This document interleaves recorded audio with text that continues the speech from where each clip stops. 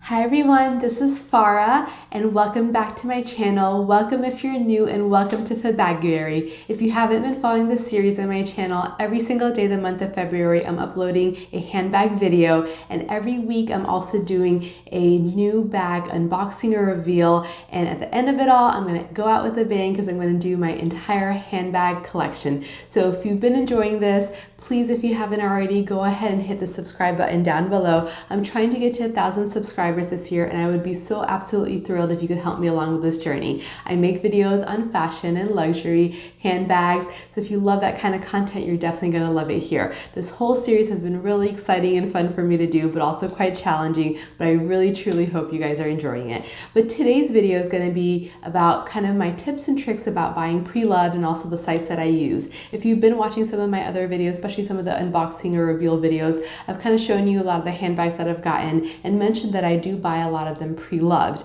Now there's some reasons for why I do that, which I'll go into in just a moment. But first of all, I'll kind of talk about the sites that I use or where that I buy my pre-loved items from. Now none of this is sponsored or anything like that. I mean, I wish I was, that would be great. But I will kind of mention what I use. I would say the most popular online site that I use for buying pre-loved or secondhand luxury goods, especially as it comes to handbags, is going to be Fashionphile. I live in the US, and I would say that's a pretty accessible site for all of us in the US.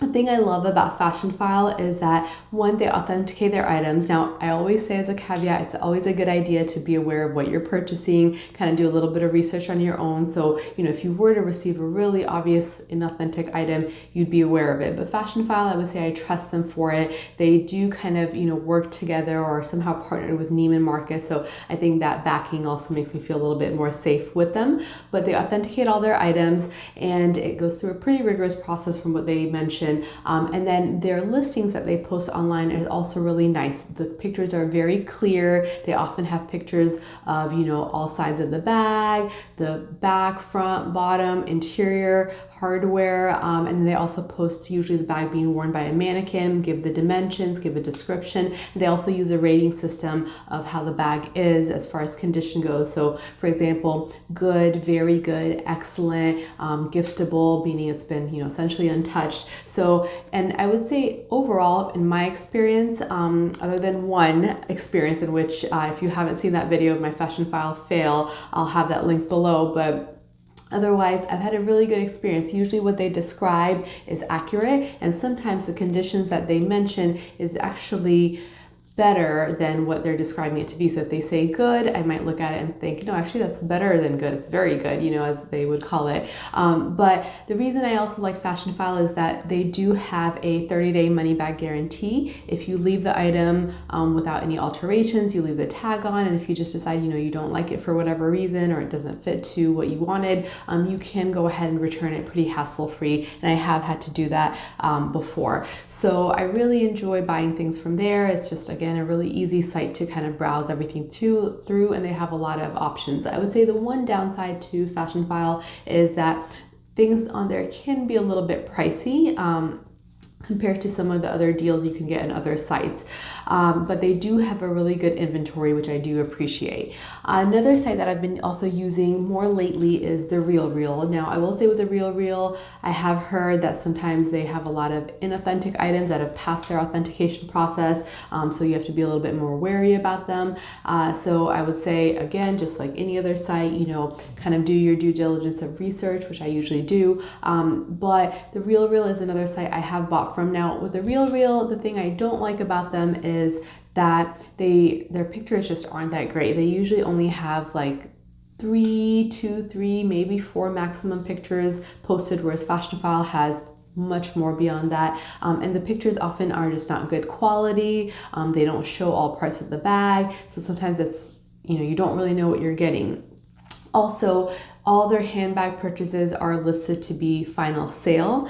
Now, I will say if there is something with the bag that really you didn't, was totally not what was in the listing or wasn't shown, if you bring it up with their customer service, I've had a really good experience with their customer service, and they oftentimes, without too much hassle, will allow you to return the bag. But they do mention it to be final sale, so I'm not sure, how often they do that, but I did have one instance in which something came up with the bag and they offered to let me return it.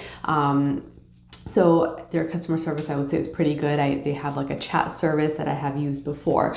But the thing I do like about the Real is that their prices are usually often really amazing. And when I compare the prices of things sold on Fashion File versus the Real, usually things on the Real are much cheaper, which of course is always a selling point. So I have bought several things on there for that reason when I've compared the prices between some other sites. Some other sites that I have bought off of are sites where you actually have another seller, using the site to sell their items. So for example, Poshmark, Mercari, Depop are ones that, do that. And on some of those sites get a commission for allowing the third party to post their items there to sell. I have bought from Fashion File before, from Poshmark before. So on Poshmark and Mercari, Depop, any place where there's a third-party seller, you do have to be extra careful because you do have to realize that those items may not have been authenticated by an expert authenticator. Now with Poshmark, I will say they do send their items if it costs more than $500 to their authentication process, and so therefore you do have somebody authenticating it. Again, I always do my own research, and I can't kind of emphasize that enough, but you still do have that option. But if something is under $500, even if it's like $499 dollars, it does not go through the authentication process. It's going to go directly from the third-party seller, which is somebody selling it from their house usually, to you. And so then you have to kind of check and see if it's authentic, and you could sometimes maybe send it to like a authentication service. If for some reason something doesn't work out, one time for example I did purchase something from them and it was clearly not authentic, and I did have to go through a process, and ultimately they did side with me and I was able to return it.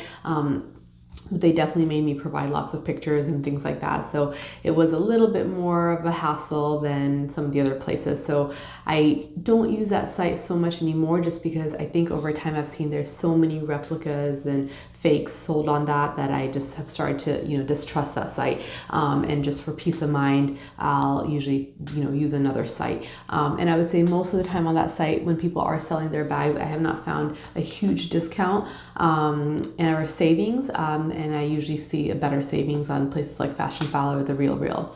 But Poshmark is another one, and the good thing about that one is that if you do find an item you like, you can negotiate and kind of bargain. So between you and the buyer and the seller, if it's, let's say, listed for like $800, you could say you want it for $750 or $700, and kind of go back and forth and see if they're willing to negotiate and maybe get it even at a greater discount.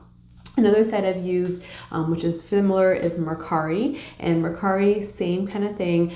There's a third-party seller on that site, and you can kind of negotiate with them as well. I've only bought one item from there through that site, so I can't, and I had a good experience. I can't really say if there was anything negative, how their customer service or support would be, but that is another site similar to Poshmark, and all the images on that site are listed by the third-party seller. They, I believe, also have authentication process where they authenticate just by looking at the photos. I don't think the item actually goes anywhere, but I'm not too specific about that. But I think there is, a lot of their bags, once they have it on there, I think the seller can pay to have it authenticated via just the photos, I believe. But I would look into that if you guys are, interested in that. And then Depop, I've also bought one item from there. Depop is also the same thing. A seller posts something on there to sell. It can be, any items, not just luxury, and then you can kind of negotiate and bargain with them if you would. I would say out of those three sites, Poshmark I'm the most familiar with. I feel like is probably, I think the biggest, and it's not just luxury handbags, it's many other items sold, and it's not just luxury, but I would say, you know, out of all three of them, I prefer Poshmark the most. eBay I know is also very similar. I have actually never bought anything off of eBay. I don't know why I'm too nervous to do that. I think I just am afraid of, you know, there being things that are, you know, fakes and inauthentic there, but again, I'm not sure. I know they have authentication process themselves, but I'm not sure how that works. But I know a lot of people find good, you know, things on there. And I also know that a lot of Japanese resellers who are supposed to, by their, you know, standards of the law in the country, supposed to sell only authentic items. So now a lot of Japanese resellers are on there. Of course, make sure they're reputable. I don't have any personally that I've ever used, but I know they do sell on there. And also through things like Instagram accounts, even on YouTube, there might be personal people selling, you know, their products. Again, you just have to make sure that they're authentic. But my most favorite sites that I use are number one, Fashion File, then The Real Real, and then some of these sites that I bought from previously are Poshmark, Depop, Mercari. And lastly, I have actually bought some items from thrift stores. I posted some thrift store videos here before where I've actually gone into some consignment stores or thrift stores and found some items, sometimes really good deals. For me, I got lucky a few times at Goodwill, which is just completely up to you. You know, if you think it's real or not. I mean, they don't do anything like that. You're just seeing an item usually for an amazing deal because someone has just donated it there, and then you will find something hopefully very much of a treasure. So it's always kind of like a nice hunt, but that you have to kind of do your due diligence of knowing what product you're buying and just getting lucky. And so my tips I would give you for buying pre-loved and why to do that. So number one, you know, of course, fast fashion in general is a big market for, you know, global waste. So I think for all of us in fashion, that's something we should just, at least if nothing else, be aware of, and hopefully try to put our, you know, little footprint in there to try to, you know, improve that. And for me, I try to be mindful of my purchases, and I think buying pre-loved, especially as far as handbags goes, which are often made out of, you know, costly kind of leathers, it's nice if I can buy something pre-loved and know that I'm not supporting something new to be made. Now, that being said, a big reason why I will say I do buy pre-loved is because of the cost. I mean, it's so nice to get something for a bargain. Who doesn't love that, right? If you can get one item hundreds, thousands of dollars less expensive than their original cost, why wouldn't you do that? So for me, that is obviously a big reason. When I do purchase handbags, I do have a budget in mind.